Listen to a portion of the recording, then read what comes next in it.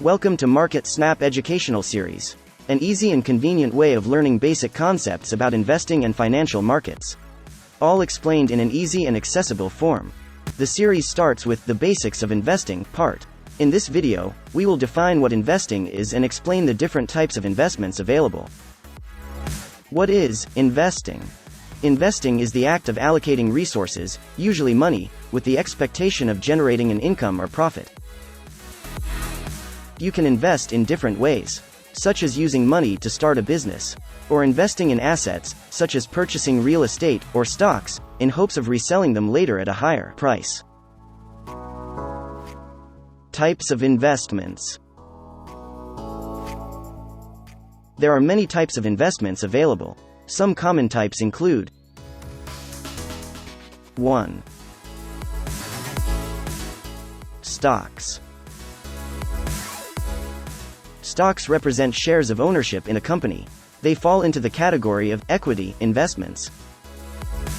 When you buy a stock, you become a shareholder in the company, and are entitled to a portion of its profits and assets. Hence, stocks generate a return through capital appreciation and dividends. Stocks are considered riskier investments than others, because of their price volatility. 2. Bonds. Bonds are loans to a government or corporation. They fall into the category of fixed income investments. When you buy a bond, you are lending money to the issuer in exchange for interest payments and the return of principal at maturity. Bond rates are determined by interest rates, and are affected by many factors, such as the creditworthiness of the issuer, the duration term, liquidity, and coupon rate of the bond. I'll go more in depth in later videos on each type of investment. 3. Real estate. Real estate refers to property, such as land, buildings, or homes. Real estate can be an investment when it's purchased with the intention of generating income, such as from rent, or when appreciating in value. 4. ETFs and mutual funds. ETFs and mutual funds can be quite different, but both are collections of stocks, bonds, or other assets.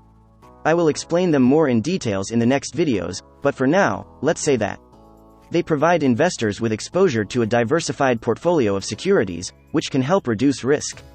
Both ETFs and mutual funds can be passively managed, or actively managed, but in general mutual funds are managed by portfolio managers, who allocate and distribute the pooled investment into stocks, bonds, and other securities.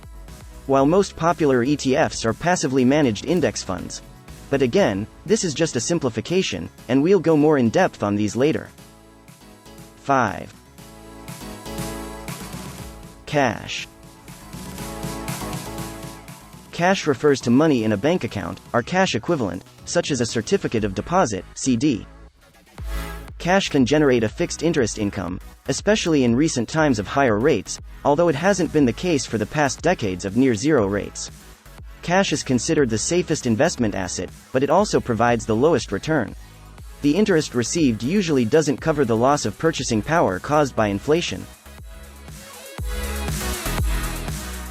6. Commodities.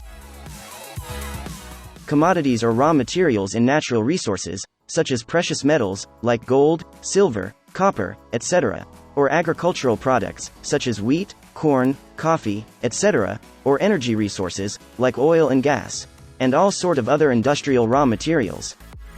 There are many ways to invest in commodities, that can be traded in order to profit from market cycles and fluctuations.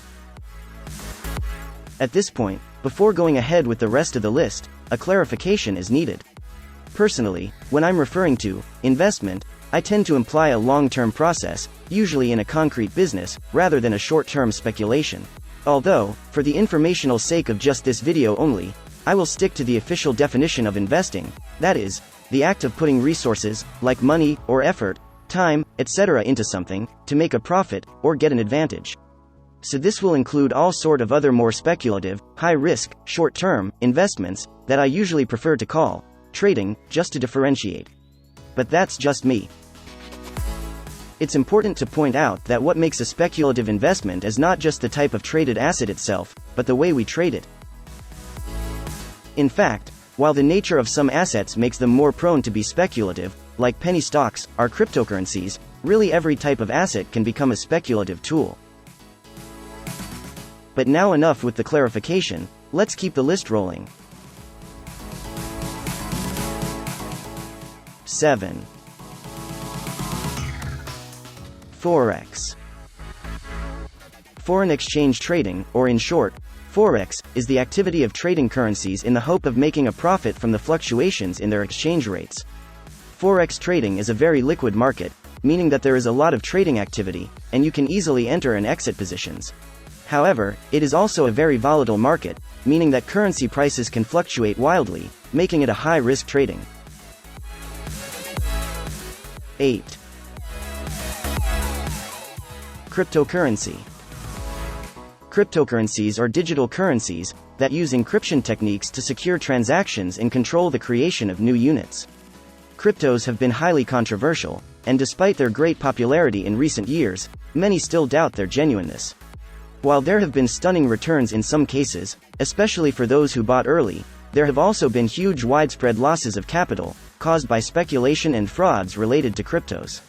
So, despite some arguments in favor of cryptocurrency, which claim that it has the potential to revolutionize the way we think about money and finance, major legit criticisms remain, including the volatility of cryptocurrency prices, the lack of regulation, the use of crypto for illegal activities, the environmental impact of cryptocurrency mining, the lack of real use, and therefore the impossibility of defining an intrinsic value, the availability of potentially infinite, therefore worthless, new types of cryptocurrencies, despite their individual finite nature.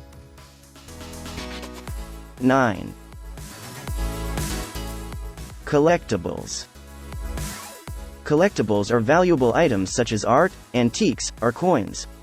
Their value is usually defined by their rarity, provenance, or importance of the artist or manufacturer.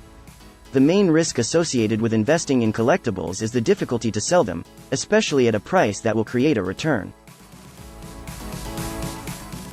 10. Annuities and superannuation. Annuities are insurance products that provide you with a guaranteed income stream for life.